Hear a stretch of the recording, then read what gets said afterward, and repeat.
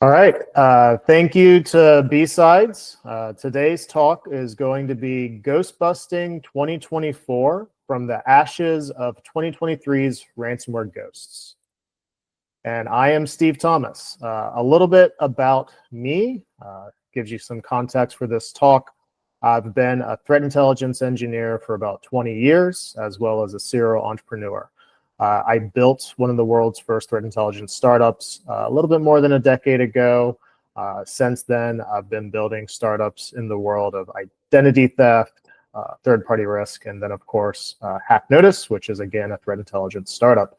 I'm also a published researcher on SQL injection attacks and a few other security topics. And today's talk is really all around the changes in ransomware and breaches from 2023 to 2024. As hopefully you're aware, there have been a lot of ransomware events in both years. We hear about ransomware almost every day. And this is really a deep analysis of what happened both years, looking for changes, looking for trends, really trying to understand how these ransomware gangs are evolving and how the ransomware landscape changed year over year. We're going to do a few key types of analysis: victim analysis, so understanding better who's the victim, as well as gang analysis, understanding how these gangs have changed their tactics. We are going to also assess industries, geographies, really how are different groups of businesses targeted. And we really want to focus on emerging threats and how this all changes the threat landscape. So we're going to be trapping the cyber ghosts of 2024 to protect your business in 2025. So ransomware 101, if you are not familiar with ransomware, ransomware is a type of malware, type of digital attack where a encryption program encrypts all of your files. Usually these gangs are mass encrypting, not just a single computer, a single set of files, but as much of the environment as they can. Traditionally, ransomware would then extort the business for the decryption key. So we're talking about infiltration, gaining access, moving horizontally and vertically, and then encrypting files. Now, ransomware has really evolved over the years. It's not just encrypting files, it's also extracting the files. It's double extortion, where they're extorting the business not just for the decryption key, but also to not leak their data. Some gangs don't even bother encrypting anymore. But it's still considered ransomware. Now they're just extorting businesses to not leak the files or even not announce that there's been an infiltration. How's it start? Typically with phishing or CVE exploitation.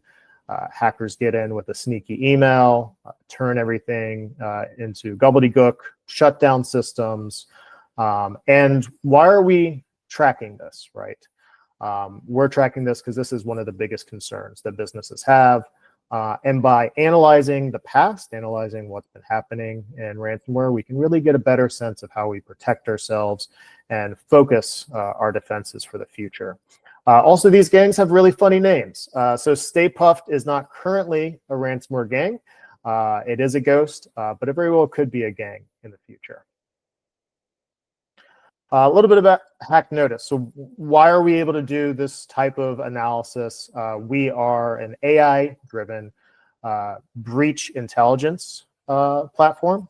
This is every breach happening worldwide from hundreds of sources.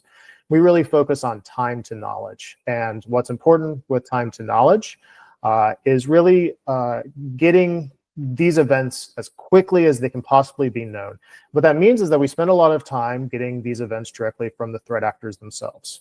We are sourcing thousands of ransomware victims directly from the darknet from the ransomware gangs. Same thing with rumors of breaches in hacker form. So we bring in vast majority of the breaches and ransomware events directly from the darknet, directly from the hackers. And that gives us some really interesting data. It's often days, weeks, months before it hits the news. And so we're using all of that data, all of that information to do this analysis.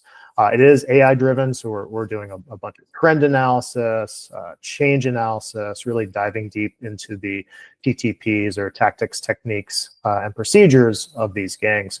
We also get access to a lot of the attack data. So the attack data is intimately linked to these attacks. We can see really big spikes in attack data typically before these events, and we're trusted by some of the world's top companies. You can see some logos there with many, many more customers using us every day. So let's get into the good stuff. We did a data study looking year over year, 23 and 24. We looked at over 170 gangs that we're monitoring, and there were 102 gangs active in those 2 years. This included over 10,000 victims. So talking about, statistically significant sample set, this is a massive quantity of data. We analyzed every single event based on the top 25 NAICS codes. So these are industry codes, standardized ways of analyzing what industries these victims were in, 7 different geographies.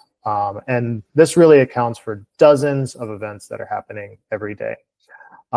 Every single event in our system is reviewed by a security researcher. So it's not just a hacker makes a claim and we put it into our system. These are verified events, so high fidelity data.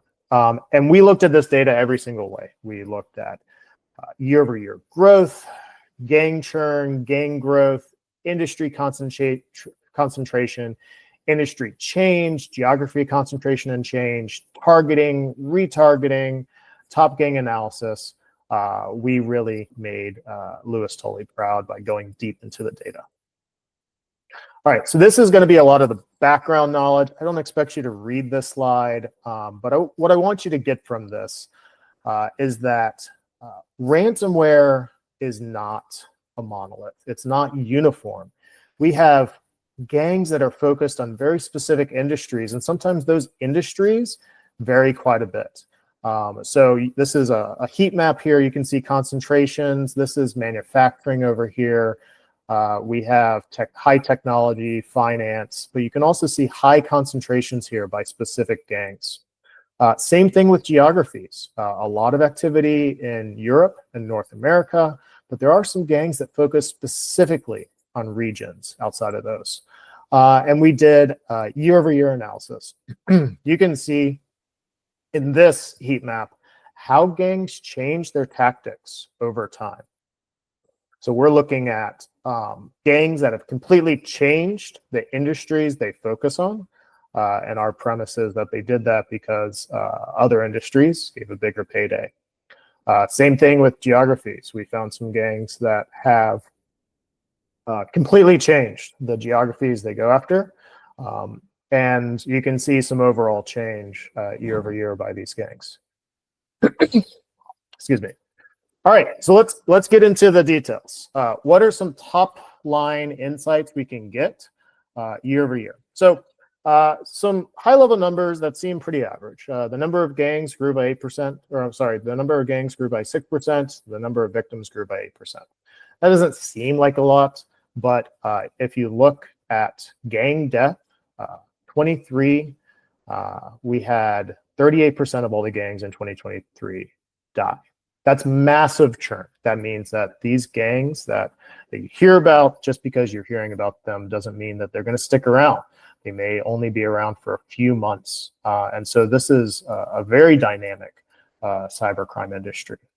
And also 2024, we have 45% of all the gangs as brand new in 2024. That's also massive. That means that about half of all the ransomware gangs that you need to worry about have been around for months. They're brand new. Now, one important thing to take a look at is that the gangs that did survive year over year are the strongest gangs. They caused the most damage. They had the most victims. And so it's really the weak gangs that are dying off, and the new gangs that are showing up each year, they're producing more victims on average. In fact, if you take a look at the gangs that died off in 23, they had about 27 victims on average. The new gangs in 24 had about 50 victims on average. So we're talking about these new gangs, the new names you're hearing about, are often the most aggressive and cause the most damage. And yeah, that's bad. That's a bad trend for all of us. Let's dig into the dead gangs. Now, some of these gangs may just be sleeping, hibernating. They may come back. You never really know with these gangs, but we can talk about some very specific gangs that we know did die. Arvin used to be a well-known name. They voluntarily broke up. Same thing with No Escape. They also voluntarily broke up. Night is a very interesting gang. They voluntarily broke up, but they are also allegedly the origins of Ransom Hub, which Ransom Hub was a massive gang in 2024. Now we do see some intentional deaths by Interpol. So Hive, Karakurt, and then Ragnar. All three of those were taken down by Interpol. So we can see Interpol is doing their best. They're taking action. They're trying to kill these ghosts. But what you're going to see next is the new kids on the block. So these are all the gangs that started in 2024. And some of these gangs you should be familiar with. Ransom Hub, like I mentioned, over 500 victims. That's a massive amount of victims. FunkSec has only been around for a few months, over 100 victims, and Fog, 80 victims. So we're seeing these really aggressive gangs that are just coming out of nowhere and creating mass chaos. So yeah, they are here and we need to pay attention to them. Let's take a look at some gangs in specific. So let's take a look at manufacturing. So with gangs and their overall activity, manufacturing is a very highly targeted industry, the number one targeted industry. But it was down in 2024 by about 4%. So still number one, but it was down in terms of targeting. Professional services, number two, and that's really not changed. That's a very lucrative industry for ransomware gangs to go after. Information technology actually grew by 2%. We saw some slight change in terms of geography targeting. North America a little bit more, Europe a little less, Asia even less. Now let's take a look at some of these gangs. Arvin, which died off in 2024, they targeted exclusively the Middle East. So that made the Middle East safer by about 200 victims a year. Unfortunately, Hamdallah and Malik, they almost exclusively target the Middle East. And the two of them combined account for about 100 victims a year. So we're about 100 victims a year safer in the Middle East, but still not a great trend when gangs are taking up the room that other gangs have left.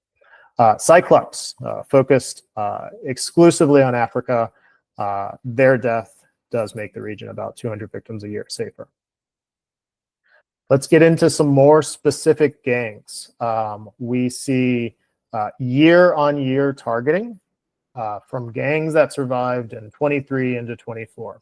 So this is really how are gangs changing their targets, their tactics. So these are the gangs that are surviving each year, and they chose to target retail more frequently, finance more frequently, and professional services less frequently. They've concentrated more on North America and less on Asia and South America. And if we take a look at specific gangs, so I'll mess up this name, Al-Tufan team.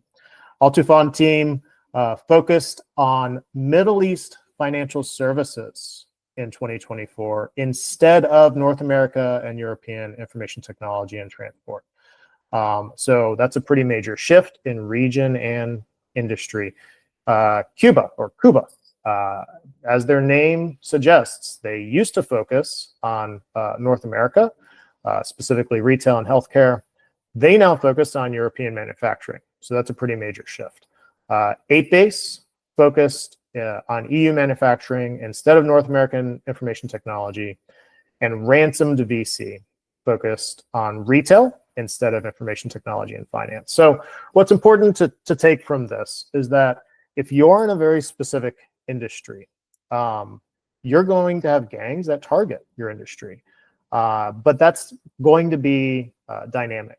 Gangs may change tactics. You may have gangs that decide that your industry is more attractive, and so they're going to start targeting you instead. So you really got to pay attention to these gangs, how their targeting changes year over year, month over month. And we're assuming it's all based on payout. So it could be that these new targets actually pay out more frequently than the old targets.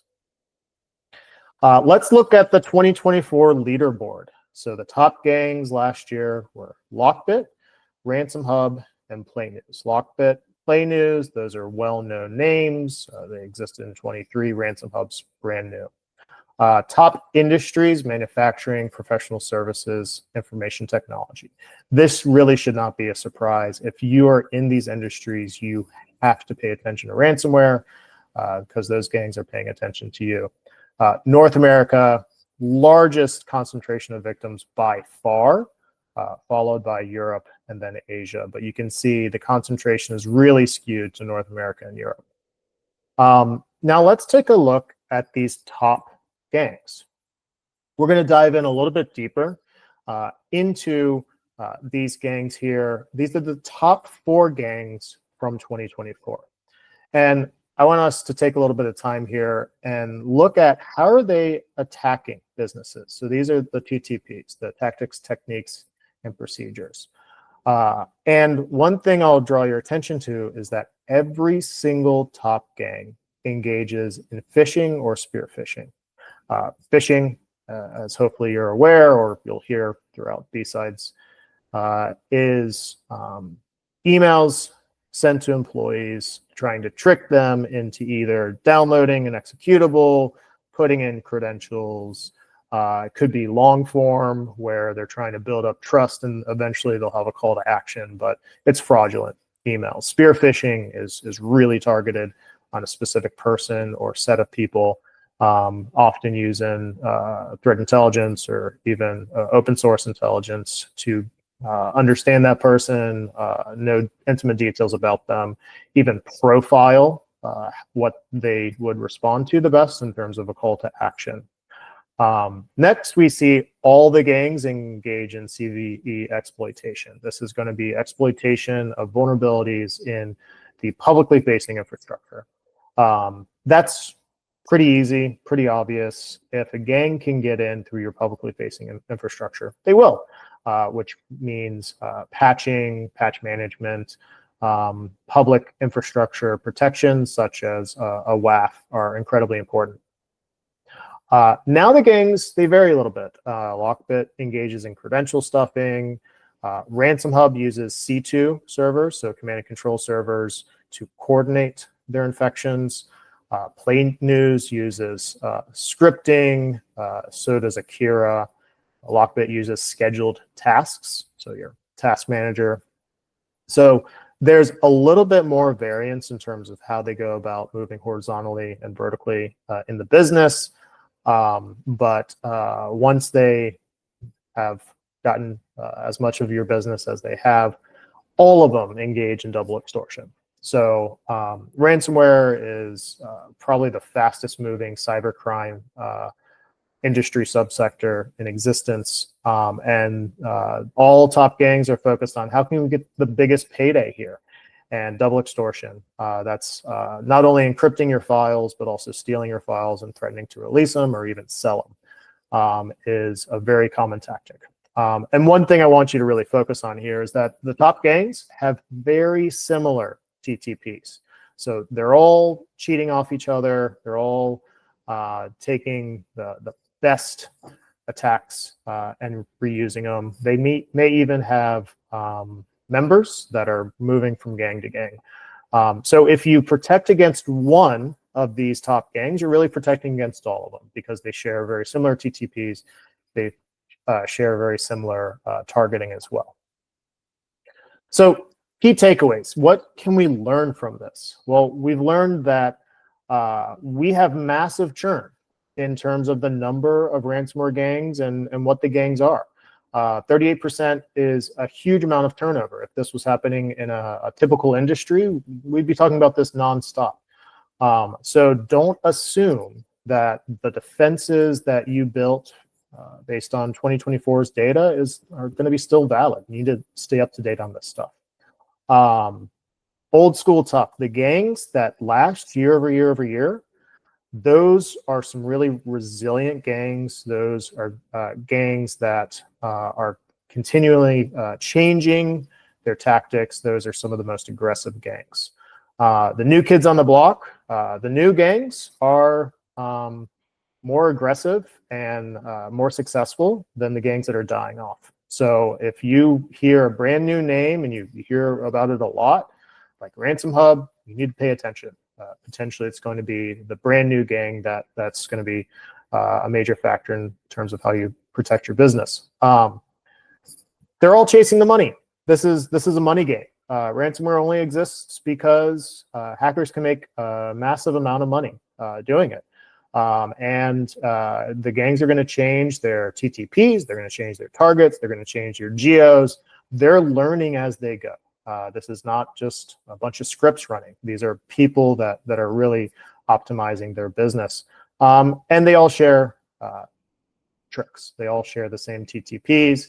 The top gangs all look very similar. So if you learn to defend against those top gangs, taking a lot of risk off the table. Don't ignore the new kids on the block. The new gangs that are entering the field are often some of the most aggressive, hungry, and innovative in the space. And that's it. If you have any questions, comments, feel free to connect with me. Here's my site, my social, and you can scan these QR codes. I promise they're safe. Thanks.